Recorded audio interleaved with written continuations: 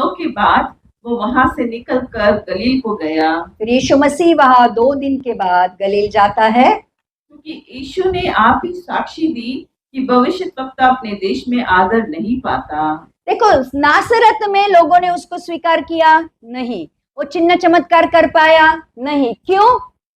उनके अविश्वास के कारण। तो वह अपने गलील में ज्यादा कुछ कर नहीं पाया क्योंकि वो गलीली था, बराबर नासरत से था।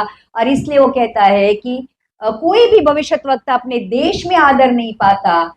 अ, आगे का वचन, जब वह गलील में आया तो गलीली आनंद के साथ उससे मिले, क्योंकि जितने काम उसने यरूशलेम में पर्व के समय किए थे उन्होंने उन सब को देखा था, क्योंकि वे भी पर्व में गए थे। अब गलीली लोग यीशु मसीह के ऊपर विश्वास करने लगे, क्यों? क्योंकि फसह के पर्व के दरमियान जब यीशु मसीह यरूशलेम में था तो उस यरूशलेम में उसने बहुत सारे चिन्ह चमत्कार किए थे।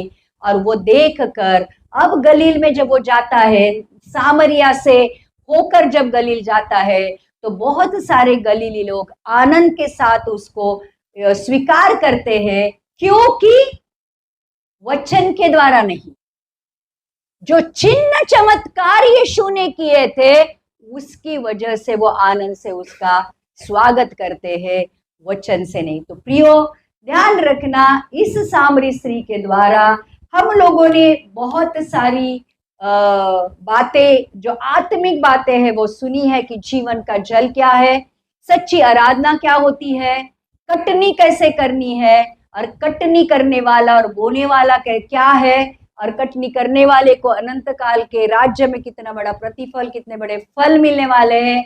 इन सारी बातों के बारे में हम लोगों ने देखा।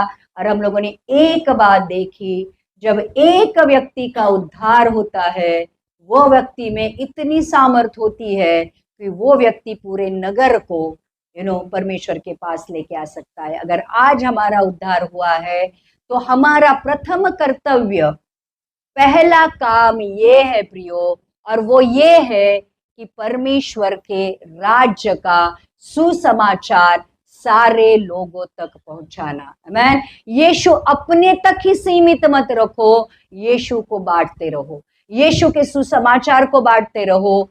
पता नहीं कौन कहा कब यीशु को स्वीकार करे और अनंत काल के राज्य में चलने लगे। देखो सारे लोग उस सामरी स्त्री को पापी पापी या आउटकास्ट किए थे, उसे बातें नहीं कर रहे थे, लेकिन यीशु मसीह ने खास तौर पर उसकी भेंट ली और उस सो कॉल्ड पापी